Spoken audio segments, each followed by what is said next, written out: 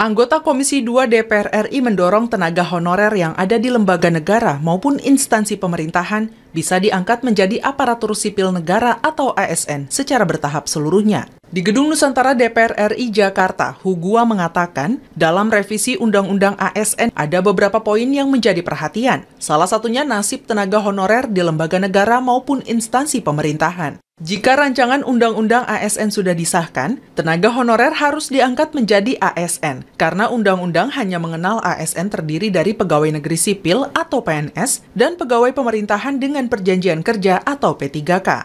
Jadi kalau mereka merangkap tenaga honorer itu seperti apa? Saya pun belum tahu bentuknya. Ya seperti apa, tapi yang jelas Undang-Undang hanya mengatakan bahwa ASN itu cuma 2.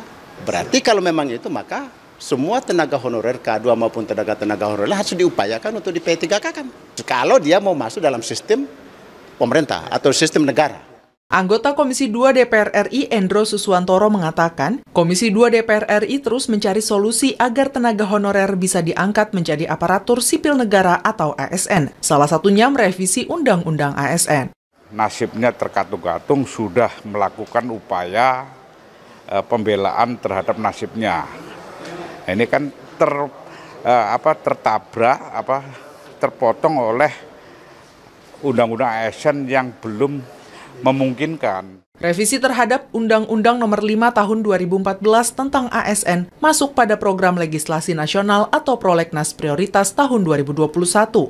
Bapak dan Ibu yang saya hormati, kalau kita melihat kenapa honorer ini masih mau bekerja dengan honor yang relatif kecil, ya mereka tetap berharap banyak bahwa satu saat dapat kehormatan menjadi PNS. Karena itu sudah berulang-ulang dari para tenaga honorer ini baik K2, non K2 dan lain sebagainya datang mengiba ya ke Komisi 2, ada yang nangis dan sebagainya, harapannya CPNS tanpa tes, bukan P3K, karena di masyarakat kehormatan barangkali CPNS lebih tinggi. Ya. Oleh karena itu, Bapak dan Ibu, Pak Menteri yang saya hormati, saya ingin mengetuk nurani hadirin lah yang ada di ruangan terhormat ini, bagaimana kalau nasib honorer tersebut menimpa diri kita, anak-anak cucu kita, dan saudara-saudara dekat kita. Ya. Ya. Jadi kalau honorer tersebut bisa diangkat CPNS, kami berharap didahulukan. Kalau memang sudah tidak memungkinkan, ya diangkat P3K. Tidak perlu tes, tapi dari lama mengabdi bekerja. Dan integritasnya barangkali kepala-kepalanya yang paham sekali. Ya. Kemudian kalau P3K ini kan tidak berkarir seperti PNS barangkali ya, tadi keterangan itu. Jadi boleh saja lompat. Jadi kalau P3 dengan boleh lompat begitu, misalnya yang honorer ini sudah bekerja 15 tahun, S1 kan 3A, ya kalau 15 tahun bisa naik pangkat sudah 4 kali barangkali, 3-4 kali. Jadi apa salahnya kalau yang dia angkat 43, kesetaraannya golongan 4A barangkali begitu ya, kalau mungkin. Harapan kami, Bapak bisa lebih aktif gitu, tidak menunggu usulan daerah terus. Karena kan kaitan dengan NIP, P3K dan PNS ini, yang SK-nya juga belum keluar, ini kan berkaitan dengan hajat hidup orang banyak, barangkali yang sudah tergantung hampir 2 tahun. Jadi mohon dari BKN di Kanwilnya lebih aktif gitu Pak daerah. Kemudian dari Pak Menpan tadi dijelaskan Pak, bahwa prioritas kerja Pak Presiden itu nomor 1 adalah pembangunan SDM.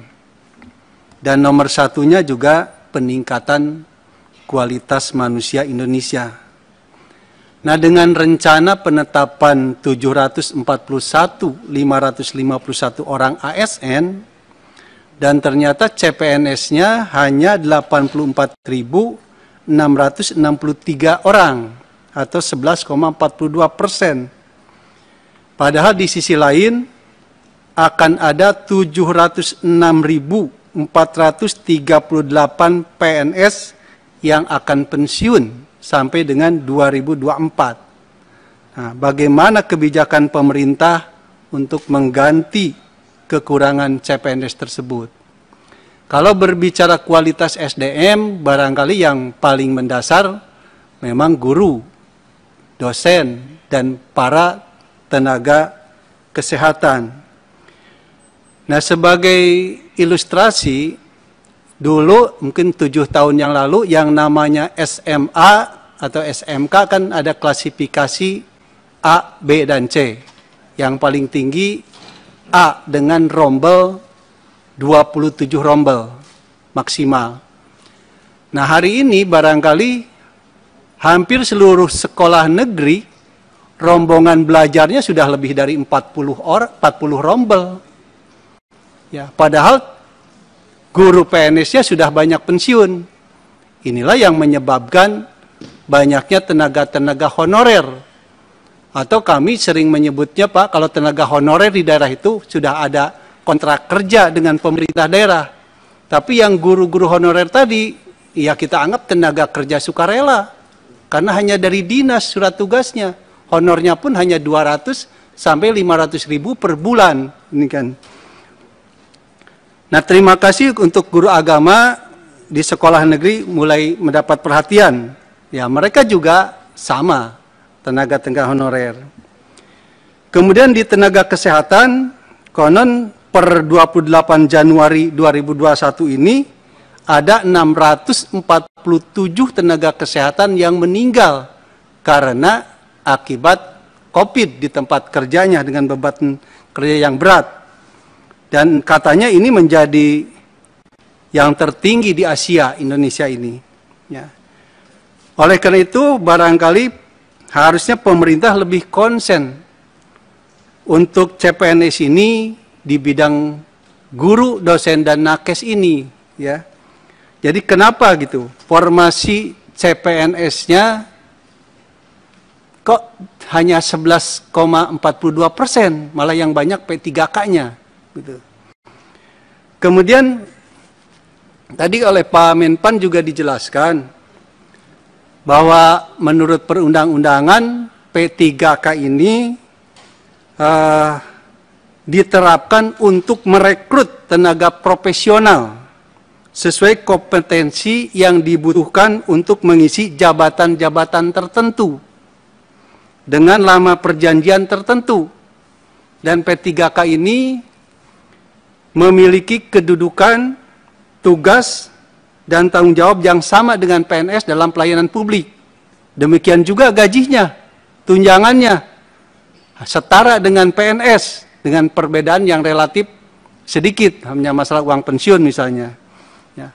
Nah, maksud saya Pak, para honorer guru dan tenaga kesehatan, termasuk yang tadi Bapak sebut tenaga administrasi Pak, ini misalnya tenaga administrasi Pak, Dapodik itu yang mengerjakan honorer Pak di daerah. Yang mengcover seluruh KTP, ya di kecamatan, di desa, bahkan di tingkat kota kabupaten juga mayoritas honorer. Ini kan strategis gitu ya, program-program strategis nasional ya. Nah, faktualnya mereka sudah bekerja belasan tahun pada jabatan tertentu. Dan jabatan tersebut saya kira bukan diperlukan untuk waktu-waktu tertentu. Guru akan tetap dibutuhkan, tenaga kesehatan akan tetap dibutuhkan, tenaga dapodik, KTP itu tetap dibutuhkan. Tidak mungkin diberhentikan di tengah jalan. Ya. Karena itu barangkali seperti pertemuan-pertemuan yang lalu, kami berharap ada formasi khusus untuk tenaga honorer ini. Di samping tenaga yang mahasiswa-mahasiswa kita yang lulus cum laude, atlet yang dapat medali emas, begitu di tingkat nasional atau internasional, ya, dan termasuk difabel barangkali untuk dapat yang khusus, ya. Nah, dari gambaran tadi kan Pak, gajinya itu kan tidak berbeda. Kenapa enggak PNS-nya yang diperbanyak? Ya mungkin kalau tadi Pak Endo menyampaikan, ini kan daerah juga akan sanggup untuk membayar gaji. Saya bilang sanggup ini karena DAU juga Pak. Ya, di daerah itu yang namanya honorer, nama PNS hampir semuanya tergantung dari dana alokasi umum. Nah, kecuali barangkali Jakarta ya. Mungkin Pak pimpinan komisi ya panja pengawasan tentang dana transfer ke daerah ini juga perlu mendapat perhatian. Itu saja Pak. Terima kasih. Mohon maaf kalau ada yang kurang berkenan. Assalamualaikum warahmatullahi wabarakatuh. Assalamualaikum warahmatullahi wabarakatuh. Terima kasih Pak Muras.